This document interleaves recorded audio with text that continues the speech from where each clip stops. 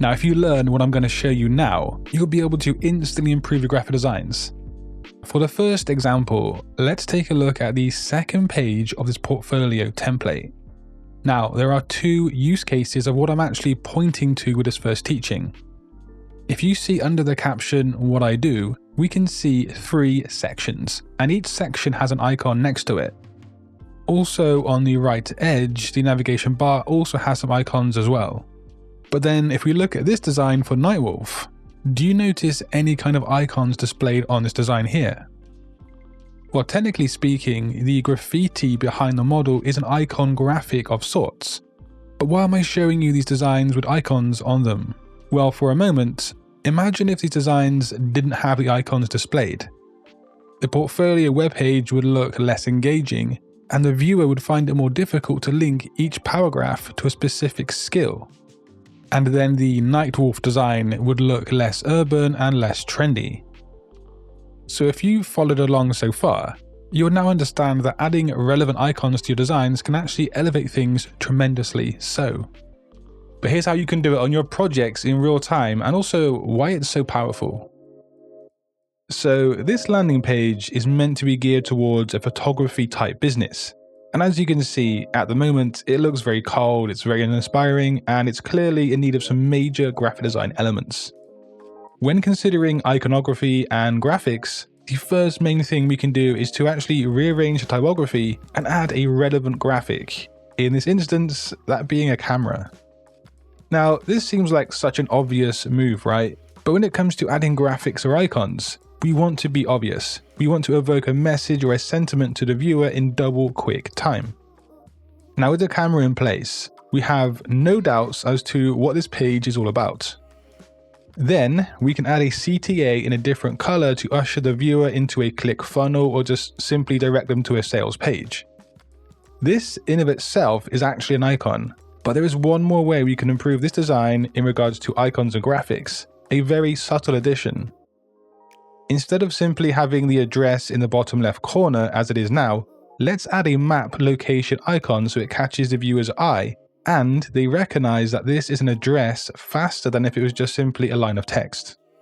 So as you can see, icons help speed up recognition, they evoke a message or a story, and they make a design just look decent. This is why they're so important, but you need to make sure the icons or the graphics you use are relevant to your brief, the message, and the design as a whole. The second thing you can do on your designs is actually really easy to apply, and yet the final results will be vastly different. So here's a cool poster with a sleek looking crab just chilling. What do you notice about the layout of this design? Well, try this.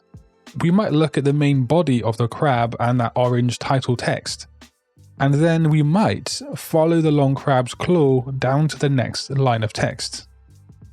The tip here is to use imagery, lines, or shapes to literally point to something else, and that's going to move the viewer around your design. However, this technique can be used in very graphic and crucial ways. This orange design utilizes some very clever techniques with movement gestures. Now we can assume this white graphic overlay is the logo of the brand for this design. And notice how the striking shape of it directs motion and movement up and down the design.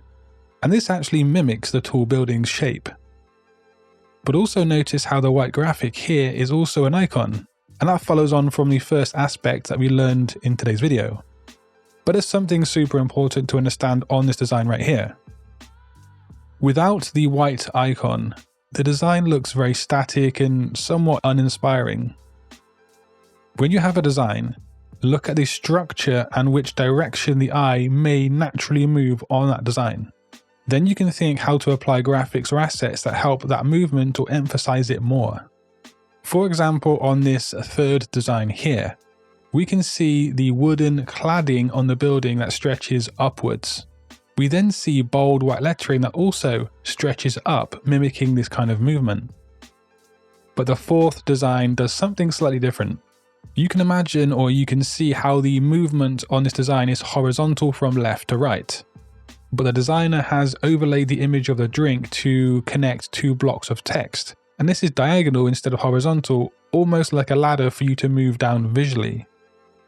So for the second teaching today, think of ways to add movement gestures on your designs, depending on its structure and existing movement already.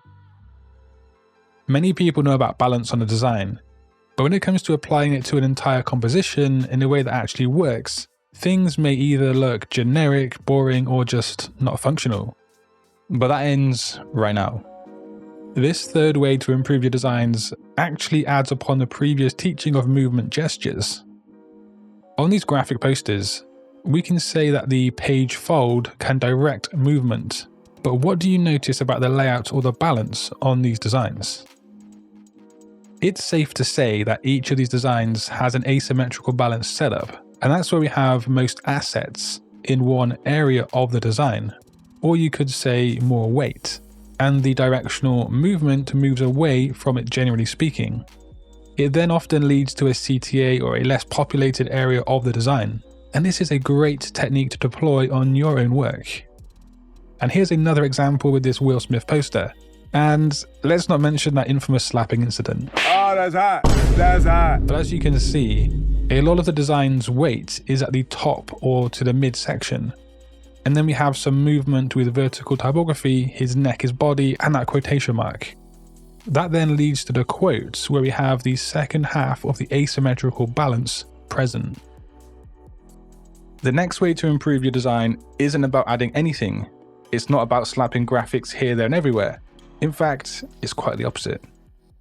We want to remove unnecessary aspects of our design, things that just have no purpose or which will cramp the design and confuse the viewer. For example, take a look at this landing page right here. Now, do you think this appears cluttered in any way? What things would you possibly consider removing from this design? So firstly, we can make the focal point just slightly less dominant so it doesn't cramp the design in general. And this is quite easy to do, and it still remains a dominant focal point, only now we have more space. Now, as much as this illustration in the top left is pretty cool, let's remove that as well. Then below that, this piece of copy text isn't necessary and it doesn't help the design in any way whatsoever. That looks pretty good, but you might have felt that the camera illustration did add something unique to the design. So we can use it, but just in a smarter way, including it in a smaller scale alongside the social media links in the bottom left.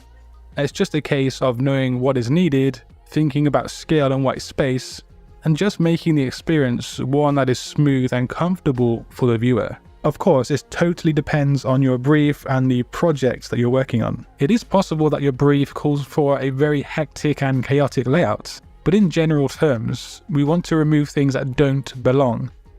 It's wise to save your design as a copy. You don't want to end up with trash canning half of your design and then having instant regret later down the line in the project. But hey, if you'd like to learn some more graphic design skills, hacks, and tips, just click the video on the screen. But until next time, guys, design your future today. Peace.